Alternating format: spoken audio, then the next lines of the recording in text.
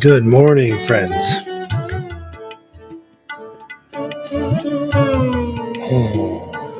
It's good to be here this morning with you all.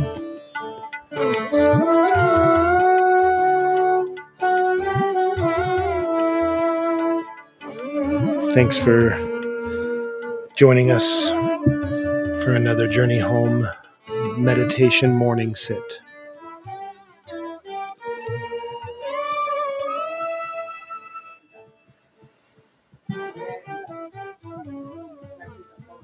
All right. Well, if you're able to watch this live broadcast in video, you'll see I'm in a different setting. I am sitting at the front desk of Journey Home Support Services location, and the reason for that is I injured my knee last week. And so sitting on the floor on my pillow is not really a viable option for me at this time. And so I thought, well, I'll still join everyone and do it from seated in my chair.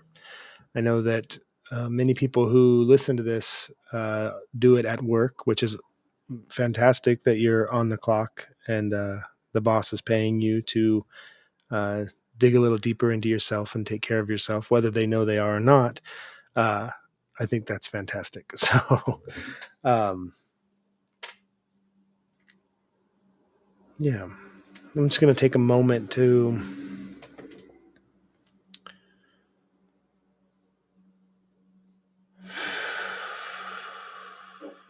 allow my body to relax into this space.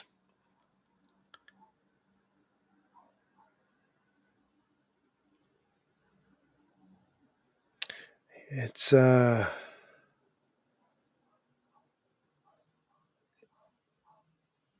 fun thing to observe the way that we move our bodies when we're injured.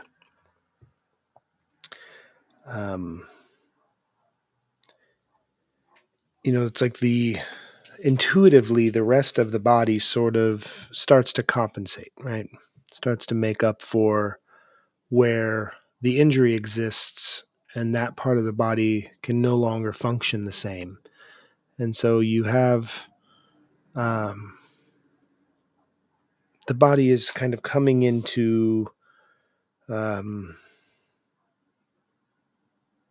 this sort of unconscious decision to shift the way we move, the way we encounter different things through our day becomes different. Sometimes we forget, when we're in that space where we're moving with somewhat ease, we're compensating for the injury, and then we forget that we have it, and we do something, and our body quickly reminds us, the injury quickly reminds us that is not something we can do. But I think that, when I say that it's fun to witness how the body interacts with this injury, it truly is, because I think that most of my body compensating for the inability to bend my leg is completely unconscious. There's stress and there's strain, of course, because there's pain, because there's an injury. But, I don't have to put a whole lot of focus onto. Well, first of all, the first thing that's clear to me is when I'm injured, I know that I'm going to have to slow down, right?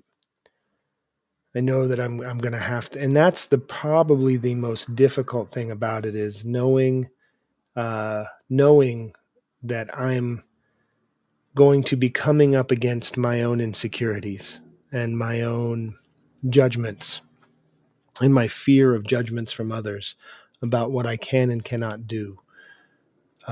So that's that's the first wrestling match I think that comes with an injury. There's a lot of that self-talk. Um,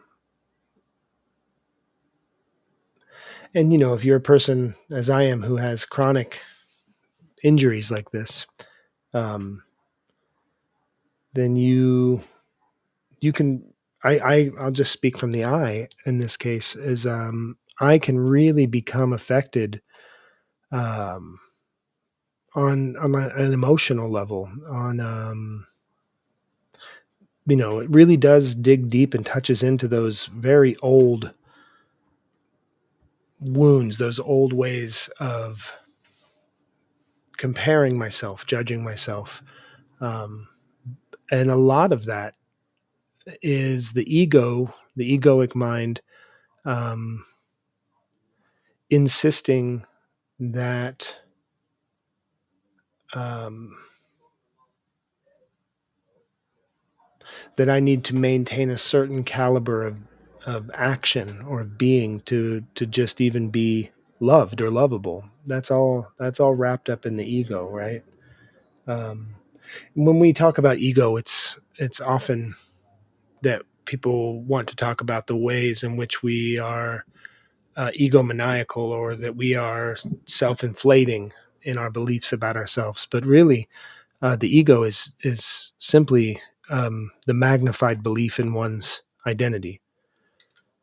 So that can be negative just as much as it is positive. You can have a view of yourself as worthless, and that's ego. That's ego that's making that comparative judgment. That's ego that's um, declaring someone's worth for any reason. But when there's an injury, of course I come upon those things. But then when I can step back, because the pain is sometimes really, um, really powerful, really overpowering, and uh, my ability to step back from that pain and become sort of the observer, you know, um, is very helpful because without that ability to put myself with just a little bit of space between me and my pain, I will do everything I can in my power to not feel pain. And that's not exactly where I want to be right now. Um, I, I'm in a place in my life where I think that um, I need to learn to get comfortable with my pain. And yeah, there is a difference between a physical injury and an emotional or psychological pain for sure. Uh, and it's all the same practice for me. It's all the same practice. And this is not a prescription for anybody to not take painkillers. Of course, I mean, physical pain it's real. It's very real. And it has a very large effect on our lives. I think a larger effect than we even give it um, attention for. I would say that most of our negative interactions that we have throughout our day in our society is because of pain. I think that America is probably one of the most pained nations in the world. Um,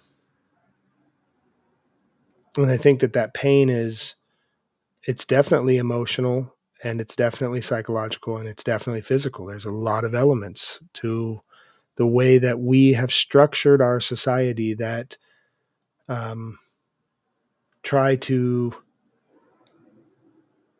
pretend that pain doesn't matter. We fight through pain. We work through pain.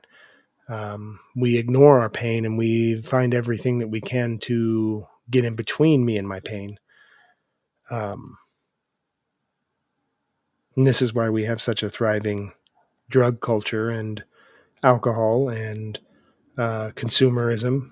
Um, there's nothing like a little late night Amazon shopping to get in between me and my emotional and psychological pain. I'm sure that I'm not the only one that has experienced that, the amazing pain relieving effects of buying cheap crap online. But when I can be the observer, when when I can breathe into my body and I can recognize and identify where the pain is and what the pain is, and I can name it. In this case, I have an injured knee. So as the swelling and the tightness and the throbbing of that pain occurs, my mind wants to associate uh, physical pain, discomfort with all of these emotional experiences and psychological ties that I have to my feelings of worthlessness or my feelings of incompetence or, just the overall general sense that now I'm not going to be of value. That's a fear. And I think that's a fear a lot of people with chronic pain issues face. Um, the fear of being seen as a burden, or as not being able to pull your own weight, or whatever the language that you've learned, um, that you just simply are not at your best when you're injured. Um, that psychological and emotional pain is certainly connects itself to that physical pain, and it creates a full story, right? There's a full story there about um, how much my pain is a punishment, or in what ways uh, I choose to suffer. And choosing to suffer that's some strong language, but there is a lot there. There's a lot there to look at. And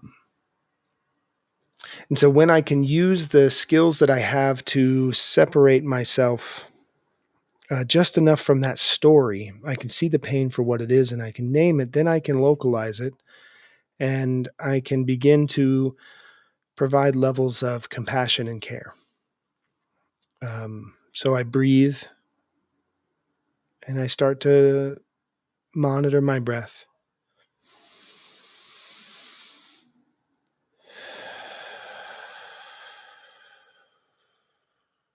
And through my breath, I begin to regulate my central nervous system. And then I bring my levels of attention to other places in my body, because I could say I'm in pain, but what I really mean is my knee is in pain. Um, but if I bring my attention into the palm of my hand, um, then I recognize that the palm of my hand is no longer in pain. It's not in pain. And so I cease to identify as being completely in pain, and I start to identify where the pain is. So then I breathe.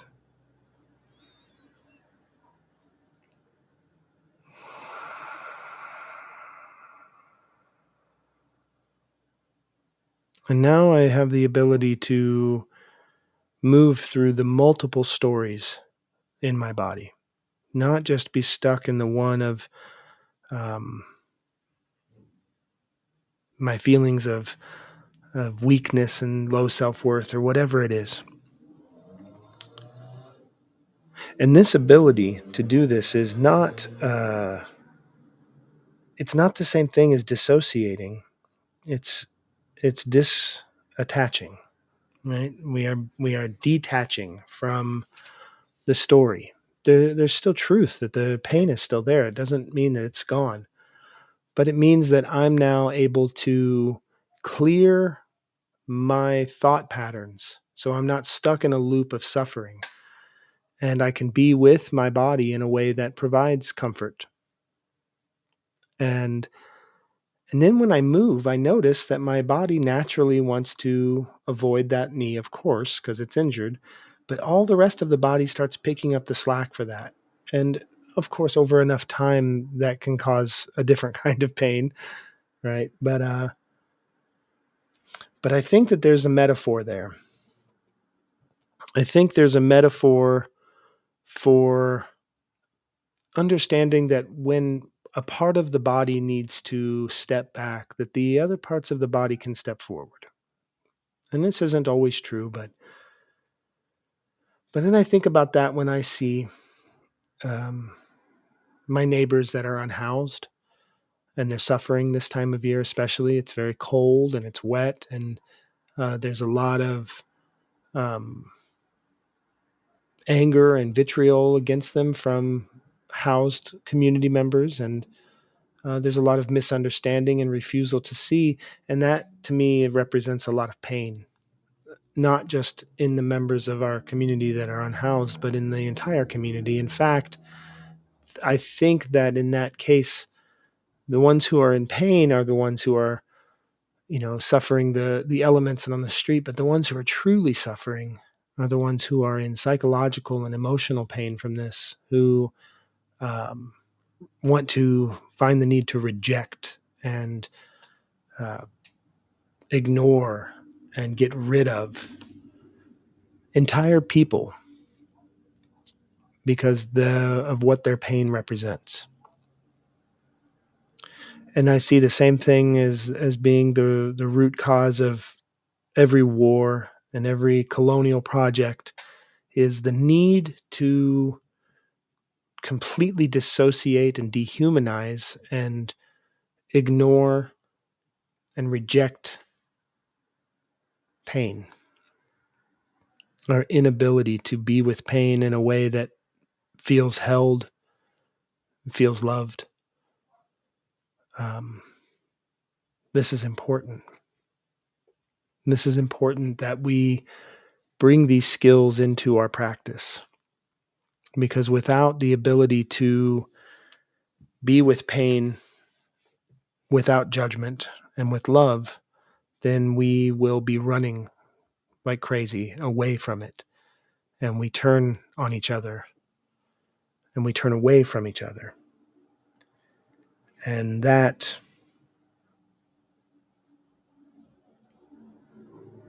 I think is probably one of the most damaging effects of the fear of pain. So let's take just a moment, because we have a world of people in pain right now and a world of people suffering. And yesterday there was a general strike that was called for to call for a ceasefire. And wherever your mind body is on this, wherever your thoughts are generated towards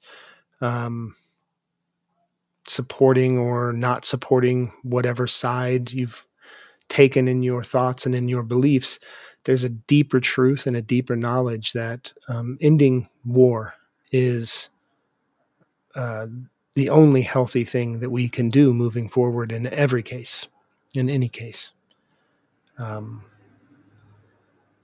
And so there's a lot of energy right now being put towards the end of wars and the end of specific wars. And I think that I find my place in that practice in an old tradition of praying for peace. And praying for peace is not asking some benevolent external force to come in and save us. For me, praying for peace is going inside of myself and finding the places where I hurt and being with them and healing them and loving them and extending that love into all beings that hurt. And remembering who I really am, remembering who each of us truly are. And once we know that, you can't unknow it. Once we see our connection to each other and we see how intrinsically linked we all are, how my pain and your pain, they're linked, then we can start to create shift. And it has to begin with that conversation. I've tried a lot of ways. And there are a lot of things to do. There are a lot of things to try. There are a lot of places to plug in. But for 5 minutes each morning, you can sit in your body and you can begin to heal your pain. And what I mean by that is to heal your relationship to your pain. So let's do that with some breath and some conscious awareness.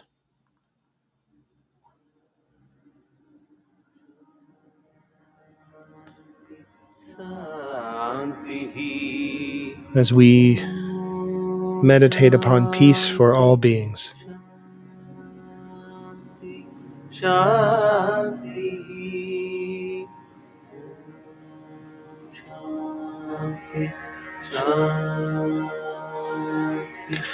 So wherever you're sitting right now, if you're in a chair as I am, you can place your feet flat to the floor. Everything we're going to do in this moment is to facilitate breath. So we facilitate our body's ability to breathe in by elongating our spines as much as we can. Relaxing your shoulders, gently bringing your shoulder blades together in the back, just enough to open the chest and open the heart. Soften your abdominal muscles. Relax your jaw. Relax your hands, your feet. Relax your eyes and your forehead. As we breathe in slowly to the bottom of our bellies through our nose.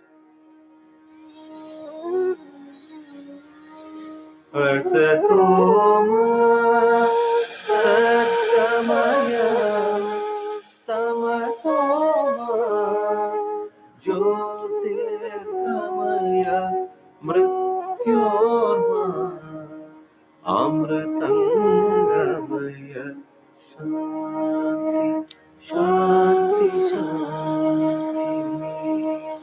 Shanti, Shanti, Shanti, Shanti, Shanti. Asatoma Satgamaya Tamasoma Jyotirgamaya Mrityorma Amritangamaya Shanti, Shanti, Shanti. Bring yourself into a place of calm stillness.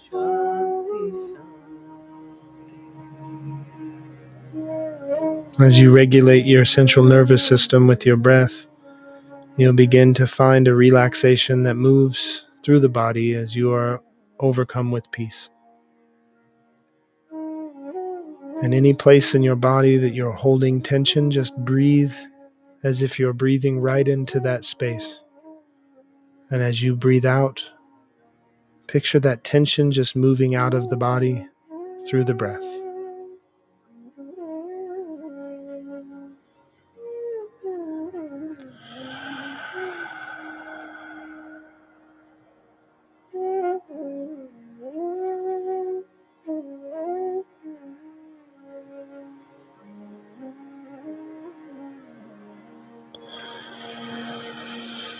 Shanti, Shanti, Shanti, Shanti, Shanti,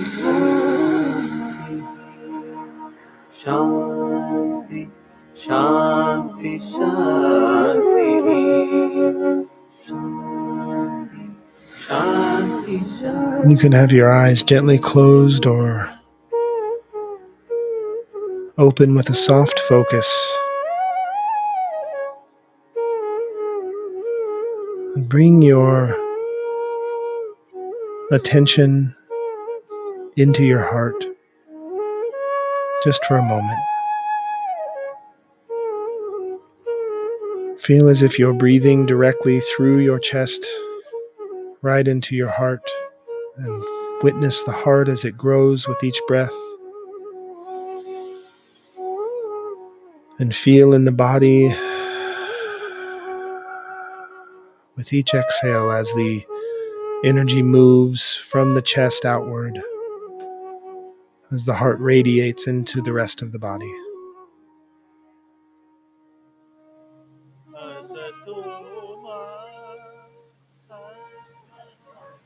Breathing in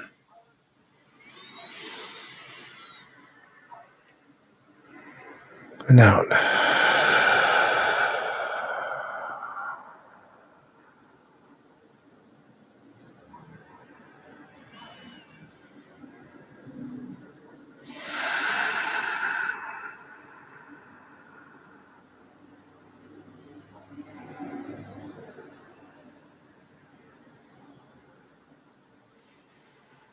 Stay with the in-breath and the out-breath and explore that space between the breath.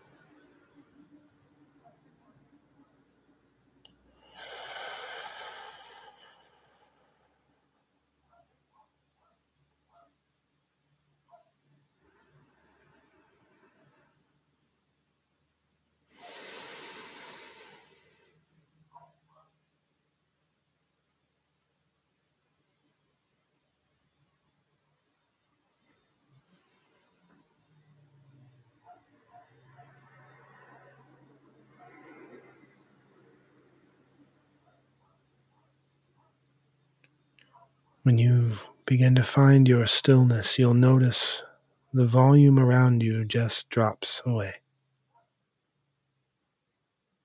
Maybe even the sound of my voice doesn't mean anything at this point. The silence that we seek is not the lack of sound.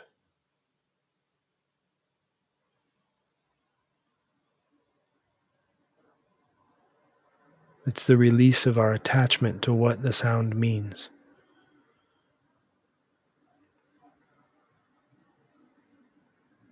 Just being in this internal space. Feel yourself open into all of the possibilities.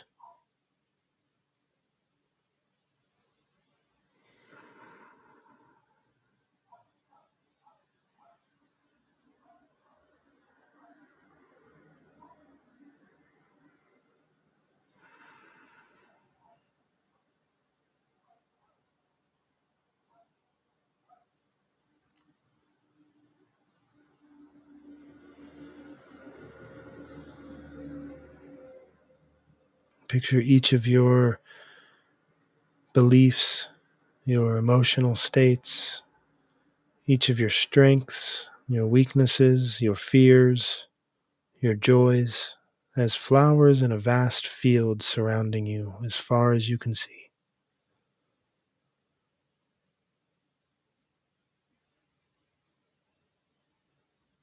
And not one of these flowers is more beautiful than the other. We just love them.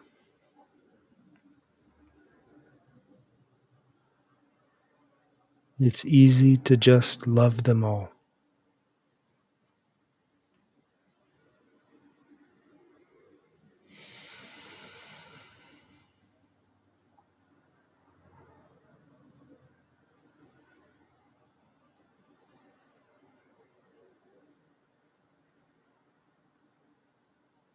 Just love this field of experience.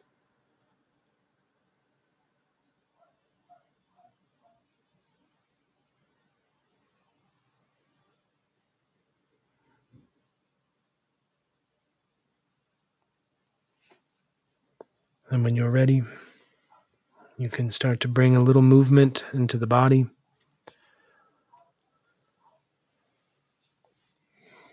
Keeping your awareness with the body as you move, so that you can stay connected on a deep level to who you truly are.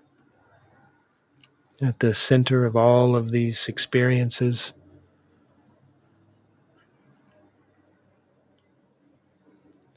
and the belief can begin to shift from the egoic mind of being the center of the world to understanding that the world is at your center.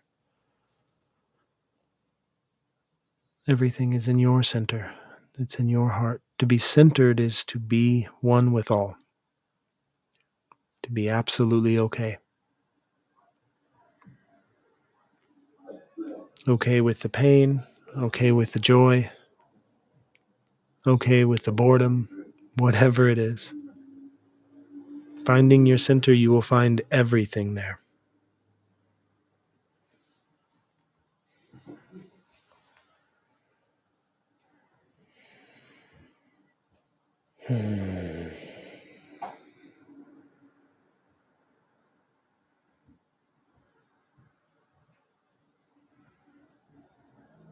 And I just call upon my gratitude by saying thank you, thank you, thank you. Thank you, thank you, thank you. Hari Om.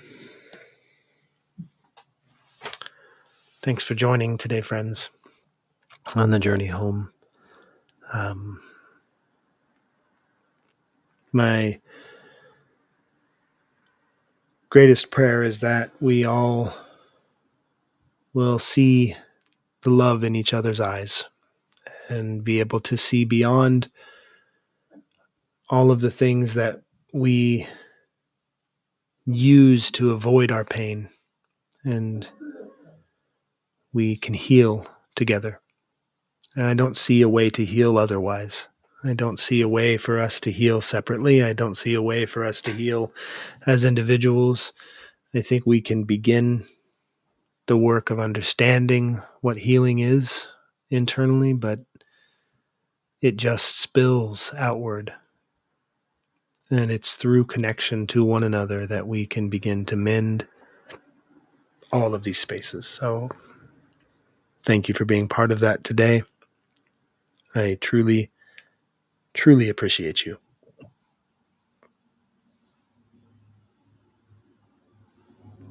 You have a good day. Hari Om.